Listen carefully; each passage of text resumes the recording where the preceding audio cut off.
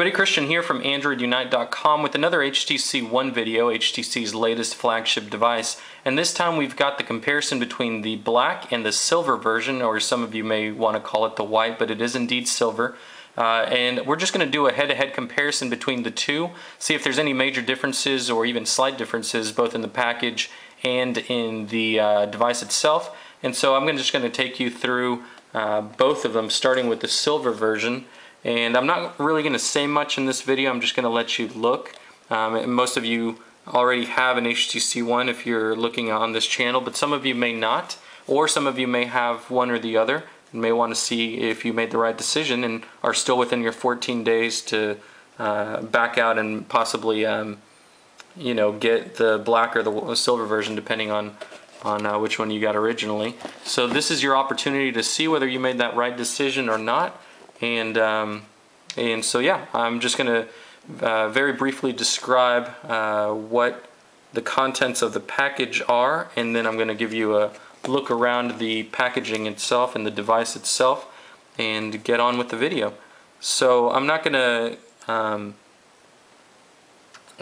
read off everything to you. If you'd like to know the details, go ahead and pause the video here or here or here, and that should give you a good look at the details on the box itself. I'm going to go ahead and open up the black one first to reveal the black HTC One, and this one still contains everything that was originally in the packaging. So I'm going to set the phone aside for 1 second and reveal what's underneath. You will get the starter guide.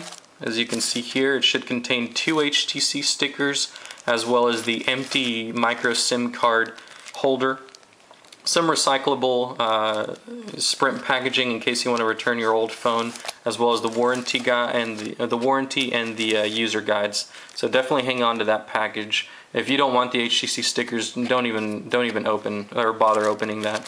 You do have the HTC standard wall plug, which I will, oh my gosh, that's crazy, which I will open up here and show you. It is USB powered, and it's got the 2 prongs on the front. Sorry, there you go. And that's pretty much it. This is a, let's see here, 1 amp output. So it's definitely not the newest ones that have been shipping with the Galaxy phones, such as the Galaxy S3 or I'm sure the Galaxy S4 that put out 2 amps. So the phone will charge slightly slower than normal, but I'm sure that's due to increasing the life expectancy of the battery inside, because of course it's impossible to replace the battery, and so they want to make sure it lasts the full 2 years on your contract and beyond. This is the standard the USB to micro USB cable that powers your unit and also allows you to connect it to the computer, sync it to the computer, and or root it, which we'll have another video out of rooting the black version, since the silver version's already rooted. So stay tuned for that. Setting that aside, you also get a pair of headphones, which I've already busted into, just looked at them briefly in the unboxing video. They do have the red tips as well as some red rings on the actual jack itself, and a red button, a single button that pause or play or accept phone calls or end phone calls, I'm assuming. And these are indeed HTC headphones. You can find out more information about these specific ones on their website. And it is my personal belief that these are actually unbranded Beats Audio headphones. But yeah, I mean, I don't have any proof of that. I've just heard them myself on the set that I got on the silver version. They sound tremendous. Honestly, they're a lot better than anything you've ever gotten with a phone before. Just know that. They've got replaceable tips on the ends, both small and large. The medium ones are installed, and they've got a flat cord or flat wire designed so it prevents tangling. So you do get these in the box. Definitely a good touch by HTC, so thank you. And that is it. That is all that's in the box apart from this guide. So I'm going to stick this stuff back in here, close up the boxes and get onto the silver device, which you guys have seen in some of my other videos, but just for the sake of head-to-head comparisons, that is what I will do. So give me just one moment while I organize myself here and bring out the silver HTC One. All the contents of this box, except for that warranty guide and such, have already been taken out, so there's really nothing to see there. But here is my original HTC silver phone, HTC One, and it is awesome. It's probably the best phone I've ever owned. It looks tremendous, it sounds tremendous, it feels tremendous in the hand. The build quality is awesome, except for a minor hairline gap, and it is extremely minor. If I wasn't in love with the black one and wanted to return my phone for that reason and that reason alone, I wouldn't have complained about the tiny, sorry, this camera is not wanting to zoom in for some reason. There we go. The tiny hairline gap of the phone. You can barely see it there. Starts roughly where the 3.5 millimeter headphone jack is and ends right above the power button. Very slight gap, doesn't exist anywhere else on any other side. So that's why I wasn't really concerned. I keep a case on my phones at all times, and the HTC One is just immaculate. It takes that one step further, and it looks like they've worked out a lot of the kinks in the the process of compiling these devices and manufacturing them. So let me take a look at the back here.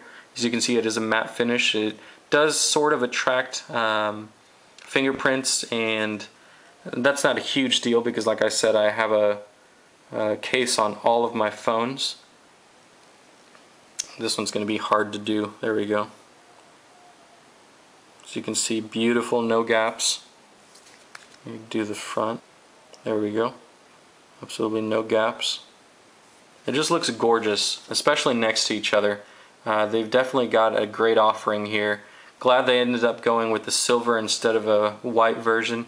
As you can see, the polymer that they use in between the two aluminum parts is dyed on this one and not dyed on this one. So I imagine that this one will pick up stains, maybe turn yellow down the road. Probably not end up being a good look, but just a head-to-head comparison there. You can see where the lines are almost touching. They match the respective device very well. The cameras, let's see if we can do this without actually scratching the screens or anything. There we go. That should give you a good look at the back camera. And the bottom Beats Audio logo.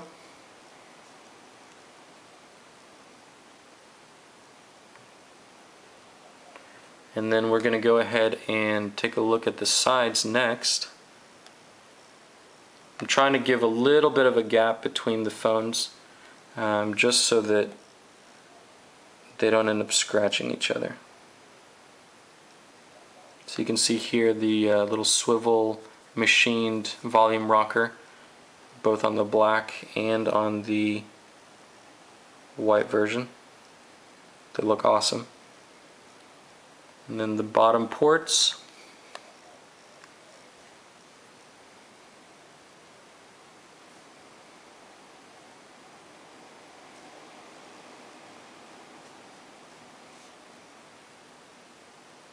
There we go. The left side micro SD. Now this is definitely going to be a little bit harder to see on the black one. There it is. And finally the top of the phone. There we are. Absolutely gorgeous on both handsets. So okay, let me move on now to the build quality of each. I was absolutely amazed by the silver one. I thought it was awesome to begin with. But after having received the black one, I now am taken to a new level of amazement by HTC. They've definitely refined the design, believe it or not, and have worked out many of the manufacturing issues, if not all of them. I honestly haven't found one yet on the black version. We did have to wait a little bit longer on every carrier, but it was definitely worth the wait, because you know that it's the brand new ironed out manufacturing methods. And so let me just point a few of them out here. This transition between the chamfered edge and the screen is supposed to be extremely smooth, but your finger can physically detect a sharp edge right at the corner there where the screen begins. That problem does not exist at all. Anybody would be hard pressed trying to find when the screen actually starts on the black version. That is just awesome. Secondly, this top portion of the speaker as well as the bottom portion are not a part of the unibody construction. They are machined aluminum just like the back, but they use an adhesive to stick it onto the polymer, I'm assuming. I'm not sure what's underneath, but it is a separate piece. Still uses the diamond cutter to get the chamfered edges and everything, but that's mainly been the reason for these for the gaps that you've come to know, these hairline gaps, because it doesn't sit quite right on the polymer. Well, not only does it affect the separation up at the top, but you can also see a clear difference when running your finger from the speaker grill to the screen. There's a very sharp edge no matter where you touch, and that problem is truly gone on this version. It is a very smooth transition. Of course, you can notice the fact that you're going from cold metal to a screen that has that catches your finger more. But to be completely honest, there's no sharp corner whatsoever on either side. In fact, yeah, it is just awesome. And I had one more to point out. Oh, of course, this isn't actually a manufacturing error whatsoever, but the black one, or sorry, the silver one tends to get a lot of dirt. Even with the case on, it tends to somehow get a lot of dirt caked onto the back. Now, whether that's finger oils or dust that builds up, it takes a microfiber cloth literally to get that stuff off. And I haven't had the black one long enough to know if that's going to be an issue or not, but at least it's going to hide it a little bit better since it's a darker design. I have seen some videos where the fingerprints are a little harder to take off and more noticeable once they start building up, but they don't start building up immediately. I'll show you now. I've been touching it this entire review and not one single fingerprint. So it's not exactly susceptible to fingerprints, but I'm sure once they get there, it might be a little bit harder to wipe off. But the white one doesn't get fingerprints, or at least you don't see them, but it sure as heck gets these little dirt indentations and buildup, which starts getting pretty sick, that you obviously need a microfiber cloth to clean off. A regular t-shirt's not going to do the trick. I've had to actually use a tiny bit of water, just a drop, and scrub that off with a microfiber cloth, as you see here. Just, you know, doing little swivels in order to take some of that stuff off. The last thing I wanted to point out, I'm not sure if it's visible on the video itself, but this is not a complete matte finish. This is anodized aluminum, which means there's a slight speckle to it. It is a very nice touch. I'm not sure if that's natural to the process or not, but there is definitely a speckle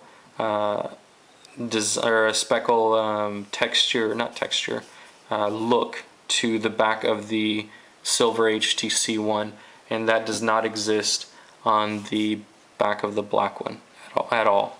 It is a very deep, rich black, including the HTC logo, as you can see there. Very deep black. Of course, it's going to stand out if you're using a black case. This is probably not a good comparison since it's got the glossy finish, but let me find this black case. So disregarding the glossy bottom, that is really close. that is really close of, considering, you know, that they're two different materials. It's just a very deep matte black, and it looks awesome. So that is pretty much it, guys. I hope that you guys invest in this phone. This is the best phone of 2013. You know, unless somehow Google absolutely surprises us at I/O, which I highly doubt will happen. This is the phone to get for 2013.